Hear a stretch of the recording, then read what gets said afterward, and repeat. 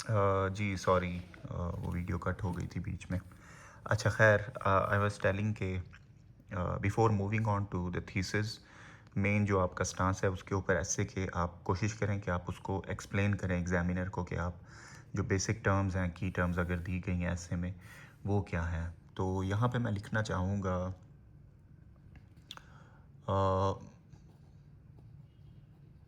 छोटी छोटी चीज़ें बहुत मैटर करती हैं। आप इंट्रोडक्शन के नीचे वहाँ पे तो मार्जिन होते हैं, कोशिश करें कि ये जो स्ट्रक्चर है ये बिल्कुल पैरेलल रहे। Outline should look like an outline, बहुत ज़्यादा हैप हैज़र्ड और इधर उधर बिखरी हुई ना हो आउटलाइन।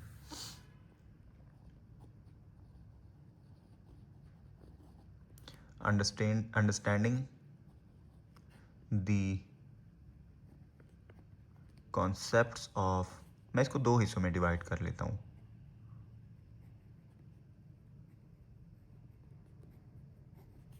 यूनिपोलैरिटी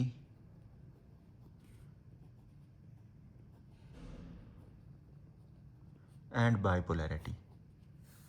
ठीक है, ये मैंने एक्सप्लेन करवाना है। अच्छा, यहाँ पे मैं एक और छोटी सी चीज़ बताना चाहूँगा। ग्रामेटिकली, ग्रामर में जब आप कॉलन लगाते हैं ना यहाँ पे, तो कॉलन का मतलब है कि आप उसके आगे कुछ एक्सप्लेन करने जा रहे हो। जैसे कि मैंने थीसिस स्टेटमेंट लिखी है, उसको एक्सप्लेन किया है, ठीक है। सो अगर मैं इसके आगे कुछ एक्सप्लेन करने जा रहा हूँ, कुछ सब पॉइंट्स इसके नीचे लिखूँगा, तो तब तो मैं कॉलन लगाऊंगा। अगर मैं इसके आगे कुछ एक्सप्लेन नहीं करना चाहता तो मैं इसको एज इट इज़ छोड़ दूंगा, ठीक है। No need to put a colon here then. Understanding the concept of unipolarity and bipolarity. Third, मैं जो हेडिंग बनाऊंगा, जो मेरा मेन स्टांस था, मैं इसको अंडरस्टैंडिंग की बजाय दूसरा लफ्ज़ यूज़ कर लेता हूँ, एक्सप्लेनिंग।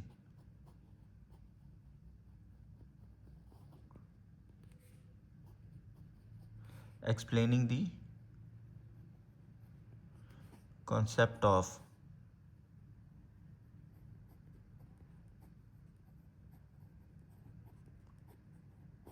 मल्टीपोलैरिटी। ठीक है, ये फिर मैंने फर्दर उसको एक्सप्लेन कर दिया एग्जामिनर को कि what is the basic concept of multipolarity, होती क्या चीज़ है बेसिकली। अब जो मेरा मेन थीसिस है, जो मैंने बेसिकली यहाँ पे लिखा कि मल्टा ग्लोबल डेवलपमेंट्स वो शो करती हैं, बताती हैं कि new direction of the world is neither unipolar nor bipolar, but it is turning out to be a multipolar world. ठीक है, तो ये मैं एक्सप्लेन करूँगा सिंपली। यहाँ पे मैं एक, अब ये मेरा मेन थीसिस है, इसके इसके पीछे मैं आप लोगों को समझाने के लिए एक स्टार भी लगा रहा हूँ।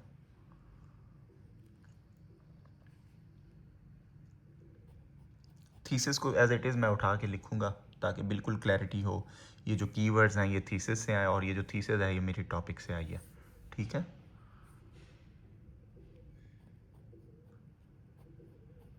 Multiple global developments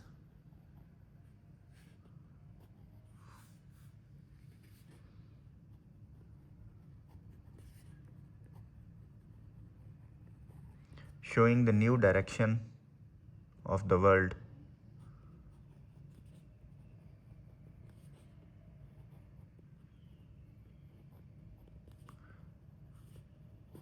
showing the new direction of the world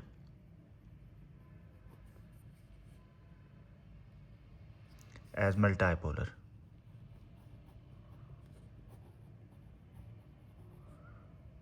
colon, क्योंकि मैं इसके नीचे सब हेडिंग्स लिखूंगा definitely.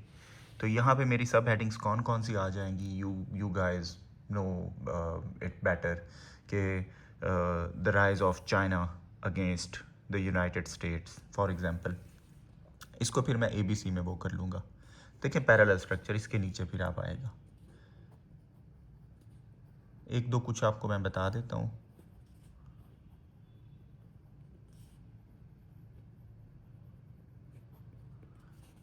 Against the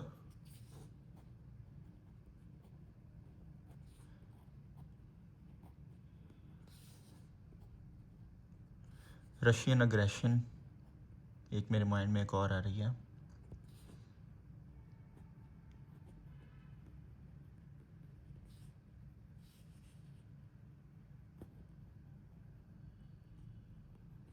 against the west and the US. ठीक है, एक और फॉर एग्जांपल, इंडिया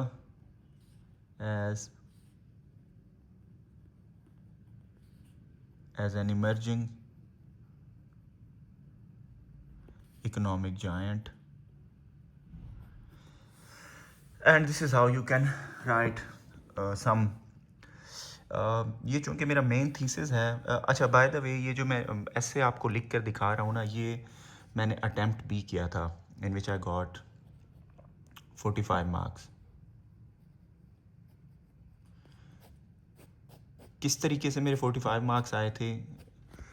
टॉपिक को मैंने इसी तरीके से क्लैरिटी के साथ, सिंप्लिसिटी के साथ मैं लेकर चला था। पॉइंट्स मेरे बड़े सिंपल थे, बहुत रेलिवेंट थे, टू द पॉइंट थे। मैंने अंडरस्टैंड किया था टॉपिक को और उसके ऊपर बिल्कुल ऐसे सिंपली एक आउटलाइन बनाई थी। एंड दिस इज़ हाउ, जो फॉर्मल आप पैराग्राफ्स लिखते हैं और इंट्रोडक्शन लिखते हैं, प्रैक्टिस मैंने काफ़ी की हुई थी। तो practice makes a man perfect, you have to practice a lot. तो ये चूँकि आपका मेन थीसिस है, तो यू मस्ट हैव सम 7-8 सब points in it. Okay,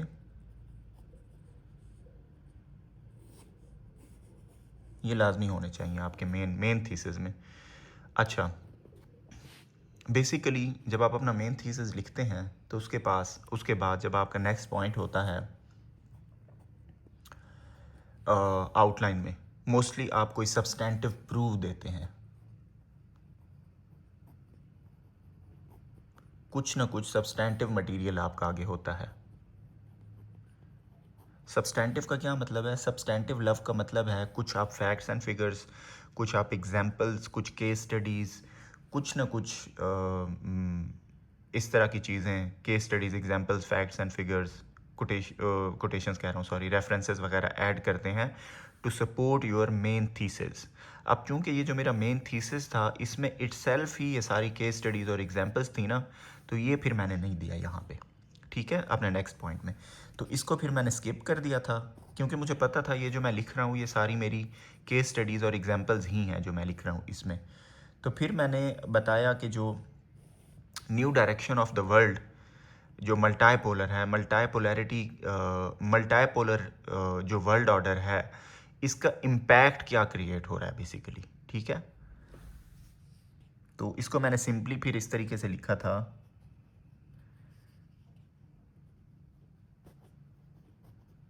the negative impacts of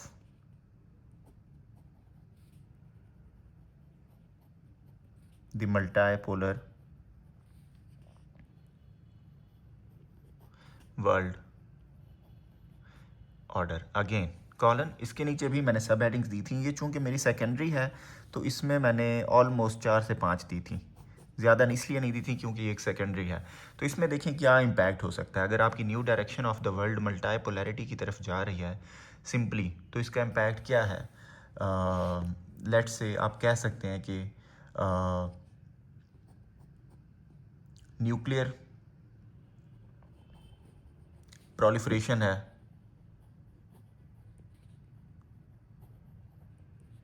proliferation कहते हैं इंक्रीज,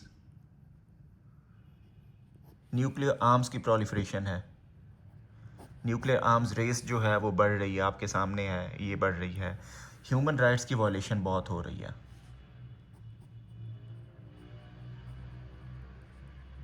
वॉयलेशन ऑफ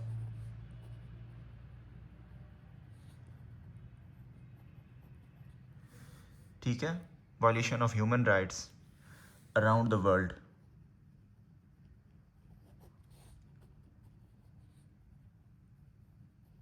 और भी इस तरीके से मैंने 2-3 पॉइंट्स और दिए थे, तो टोटल मैंने ये 4 पॉइंट्स दिए थे, बेसिकली 4-5 पॉइंट्स। आई होप आपको समझ आ रही होगी। कोई भी इशू हो तो you can comment, you can ask. Next video में फिर मैंने कौन सा हेड बनाया था वो फिर मैं नेक्स्ट वीडियो बनाता हूँ, ये थोड़ी सी लेंथी हो गई है वीडियो।